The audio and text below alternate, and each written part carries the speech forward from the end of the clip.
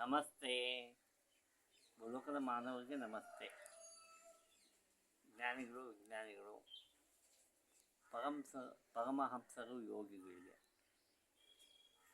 ಪ್ರಜಾಪ್ರತಿನಿಧಿಗಳಿಗೆ ನಮಸ್ತೆ. ಮತ್ತೆ ನಾನು ಸತ್ಯಾಂಶ ನೆನೆಸ್ಕೊಂಡು ಬಂದಿದ್ದೀನಿ. ಇದ್ರ ಮೇಲೆ ಮಾನವರ ನಿರ್ಧಾರನೇ ಅಂತಿಮವಾಗುತ್ತೆ.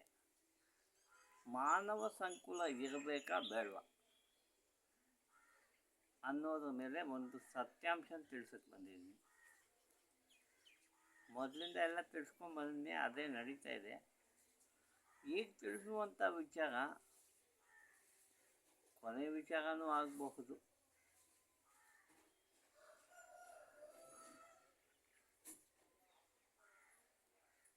ಈಗ ಮಾನವ ಈ ಭೂಲೋಕದಲ್ಲಿ ಮಾತ್ರ ಇರೋದಕ್ಕೆ ಸಾಧ್ಯ ಅನ್ನೋದು ಸೃಷ್ಟಿ ತಿಳಿಸಿರ್ತಕ್ಕಂಥ ಸತ್ಯ.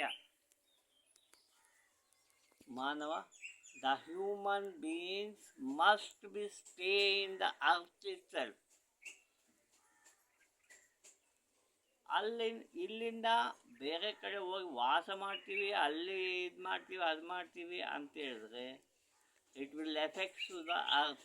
ಈ ವಿಚಾರ ನಾನು ಯಾವಾಗಲೂ ತಿಳಿಸಿದ್ದೀನಿ, ಆದರೆ ಮತ್ತೊಂದು ಸಲ ಹತ್ತಿರ ಆಗಿದೆ ಅಂತ ಹೇಳ್ಬಿಟ್ಟು ತಿಳಿಸ್ತಾ ಇದ್ದೀನಿ.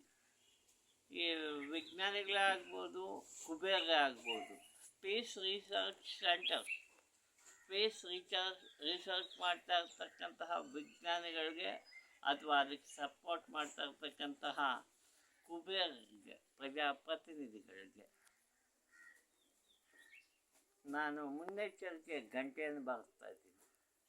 I am informing the future truth what is going on in the earth. If you are going to reach the space or planets, whatever moon it may be, moon or planets, whatever it may be, if you reach, ಈ ಭೂಮಿ ಮೇಲೆ ಇರ್ತಕ್ಕಂಥ ಮಾನವರಿಗೆ ತೊಂದರೆ ಆಗುತ್ತೆ,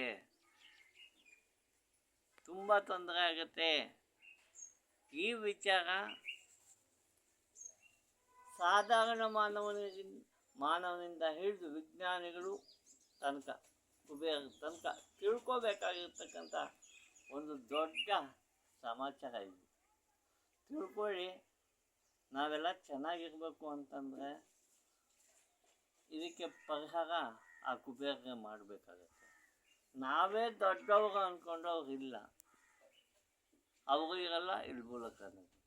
ಆದರೆ ಒಂದು ಸತ್ಯ ನೋಡಿ, ಹೋಗೋದು ಮಾಡೋದು, ನಾನೇ ದೊಡ್ಡವನು ಅಂದ್ಕೊಳ್ಳೋದು ಎಲ್ಲ ಸುಳ್ಳು. It is impossible, against to the nature, against to the solar system.